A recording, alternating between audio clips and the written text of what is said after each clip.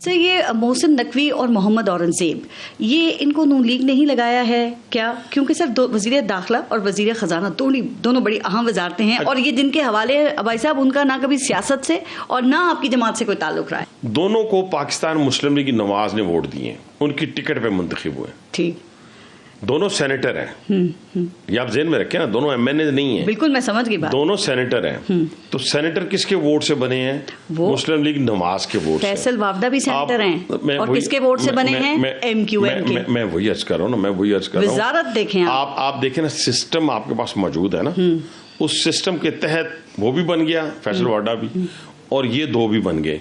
अब इसके अंदर वो सेनेटर बने हैं। अगर वो नेशनल असेंबली का इलेक्शन नून लीग की तरफ से लड़ते तो फिर भी वो नून लीग के वोट मुंतखब करते। बात उस वक्त अलग हो जाती है, लेकिन आपके पास कोई वजीर दाखिला और वजीर खजाना नहीं था। काफी सारे नाम हैं, राना सनाउल्लाह नहीं हो सकते थे फिर वजीर दाखिला, इसहाक डार साहब वो भी वजीर खजाना तो नहीं है, और आप भी हो सकते थे, आप में क्या कमी है? नहीं, मैं अगर ये फैसले तो पार्टी ने करने होती है ना, कि कौन को किसको किस जगह लगाना है, होना चाहिए था। कितने सवाल उठते हैं आप? नहीं, मेरे से मैं आपको फिर बार अभी जो औरंगजेब साहब हैं, मैं नहीं इनको जानता था, सीधी सी बात है। मुझे तो ये भी नहीं पता था कि ये हबीब बैंक के प्रेसिडेंट हैं या किस बैंक के प्रेसिडेंट। यकीन करें मियां साहब भी नहीं जानते थे इनको। अच्छा सुने, मैं जो बात कहने लगूं, लेकिन अगर इस वक्त उनकी अगर कारकर्दगी अगर आप देखें ना फाइनेंस के अंदर, तो मुझे तो वो बहुत बेहतर नजर आ रही है। मुझे उम्मीद है, देखिए इसहाक डार से बेहतर है। हमने लोगों को नहीं, इसहाक डार साहब का तजर्बा बहुत बड़ा तजर्बा था, तो फिर उनको लगाना चाहिए था, ज्यादा तजर्बे वाले को दिफा दे। बड़ा तजर्बा था, बहुत बड़ा तजर्बा था, लेकिन क्योंकि हमने उनको फॉरेन वजारत में लेके जाना था, हम ले गए फॉरेन मिनिस्ट्री में उनको। लेकिन ये इस शख्स ने चंद दिनों के अंदर, चंद महीनों के अंदर जो है इस पटरी पे इस गाड़ी को चढ़ा दिया। बेस्ट बंदे को, right person for the right job होना चाहिए। अगर आप कहते हैं कि जी डार साहब थे तो उनको वजीर खजाना ही उनके पास होनी चाहिए थी। बहरहाल शहबाज शरीफ साहब बाइख्तियार वजीर आजम हैं। ये इस वक्त जो मुल्क में निज़ाम चल रहा है, तो आप समझते हैं कि ये जमहूरियत है, या इसको जमहूरियत कहा जा सकता है? नहीं, जमहूरियत किसका नाम होता है? पार्लियामेंट का नाम होता है। तमाम चारों सूबों के अंदर इस वक्त मुंतखब हुकूमतें कायम कर रही हैं, काम कर रही हैं। फेडरल गवर्नमेंट जो है वो मुंतखब है, वो काम कर रही है, और यही तरीकाकार है जमहूरियत के अंदर। पार्लियामेंट तो डिक्टेटर्स के दौर में भी थी, काम कर रही थी। नहीं, देखें वो डिक्टेटर के दौर में भी हमने तो उसमें भी शिरकत की थी। मैं एमएमए से एमएनए था, ठीक है जी, वो भी मुंतखब होकर सारे लोग आए थे। मैं भी पिंडी से 60,000 वोट लेके जीता था बाई इलेक्शन जो है। तो कहने से मुराद ये है कि इस वक्त मेरे हिसाब से तो अगर कोई चीज़ भी चेंज करनी है, जैसे हमने पीटीआई से गवर्नमेंट ली थी, तो वो भी जमहूरी तरीक़ाकार था। पीटीआई का जिक्र आपने किया, लेकिन पीटीआई के दौर में आप कहते थे हाइब्रिड निज़ाम है, और आप देखें इमरान खान ने खुद ये तस्लीम किया कि भाई मैं तो बाइख्तियार वज़ीर आज़म ही नहीं था। तो भाई साहब, इस वक्त जो हुकूमत है, क्या इसके पास इख्तियार है? आप समझते हैं वज़ीर आज़म शहबाज शरीफ साहब एक बाइख्तियार वज़ीर आज़म? देखिए, अभी उसका जवाब, दोनों का जवाब मैं दे देता हूँ। लेकिन जब बानी पीठी ने आज कहा ना, तो उसको उसी दिन छोड़ देना चाहिए था। तो अगर आज शहबाज शरीफ साहब महसूस करते हैं या हनीफ अब्बासी महसूस करते हैं कि अभी हमारे पास इख्तियार कोई नहीं है, मैंने तो अपने लोगों को भी सुनाई है जिन्होंने एक दो ने कहा कि जी के हमारे पास इख्तियार नहीं है, या नहीं हम नाकाम हो गए हैं। वो जरा इंटेलेक्चुअल बनने का शौक होता है ना हर शख्स को।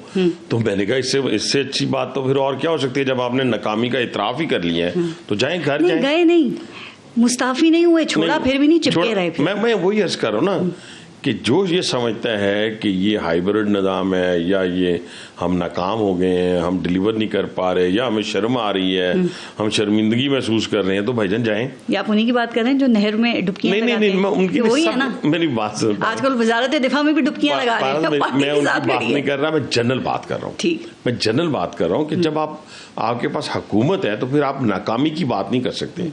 आपके सामने जितने मर्जी चैलेंजेस बड़े चैलेंजेस हों, और मैंने शहबाज शरीफ साहब की ज़ात में एक चीज़ देखी है। मैं आज उनके साथ मेरा 19वां साल है, और एज ए चीफ मिनिस्टर काफी 10 साल मैं उनके साथ रहा हूँ। मैं एमएनए भी रहा हूँ, पीडीएम की गवर्नमेंट में 16 महीने भी मैं उनके साथ रहा हूँ।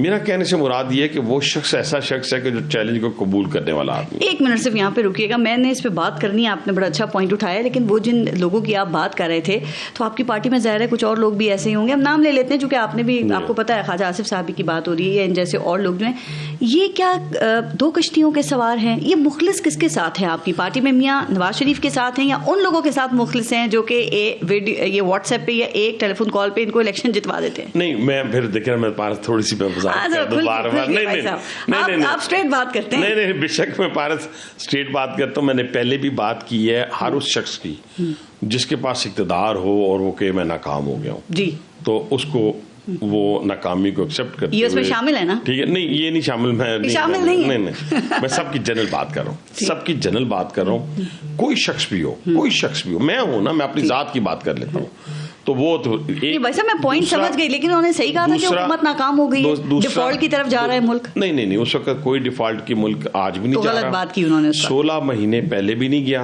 देखिए ना, हमारी पीडीएम की गवर्नमेंट के हिस्से में एक ही चीज आती है, वजीर आजम शहबाज शरीफ के हिस्से में एक चीज आती है कि उसने इस मुल्क को डिफॉल्ट होने से बचाया। ठीक, इसमें कोई दो राय नहीं है। डिफॉल्ट देखे ना, कुछ आज मैं पढ़ रहा था, बात है अवाम डिफॉल्ट हो जाए वो कोई बात नहीं। देखे ना, अवाम भी तो देखिए बहुत बुरे हालात, 36 पे से 9 पे आप क्रेडिट ले रहे हैं। मैं कह रहा हूँ कि नहीं, ये अब आज तो सिंगल डिजिट में सर मैं कह रही हूँ 9 पे आप ले आए, लेकिन आम आदमी से पूछे, वो लेकिन आम आदमी से मैं शुमार बताएगा। देखिए ना जी, मैं आज भी दोबारा दोहराने लगा हूँ, आप IPPs के इशू को हुकूमत को हल करना होगा। ये मैं आपके सामने नहीं कह रहा, मैं वो बातें करूंगा जो मैंने नेशनल असेंबली के अंदर भी की हैं। मैंने महंगाई पे बात भी की है, बिजली के बिलों पे बात की है, गैस के बिलों पे बात की है, आम महंगाई का भी देखे ना, पेट्रोल की कीमत अल्लाह की तरफ से कम हो रही है। कहने से मुराद ये है कि ये सारी चीजें जो है वक्त के साथ साथ होती रहेंगी, बेहतर होती रहेंगी, लेकिन आप हाथ पांव फूल जाएं, अपने आप को छोड़ दें कि ये कैसे होगा। देखें, अभी कोई और तजर्बा करना चाहता है, कोई भी, मैं वैसे मिसाल तो कर ले, क्या अब दोबारा कोई तजर्बे का मुल्क मुतहम्मिल हो सकता है? सारे तजर्बे तो कर लिए, सारे तजर्बे कर लिए, अब इस हुकूमत को चलने दें, इसको मौका दें। देखिए ना, IMF का 25 तारीख को दोबारा समझे कि एग्रीमेंट हो गया, ठीक है। अब रोज रोज ना आप कासा लेके फिर सकती हैं, लोगों से मांग सकते हैं, ना कुछ देने वाला है। शर्मिंदगी वाली बात हो, जाती तौर पे मांगे वो भी शर्म आती है। आपकी बातों से ये लग रहा है ना कि आप समझते हैं हुकूमत बाइख्तियार है, वजीर आजम शहबाज शरीफ इस वक्त बाइख्तियार है।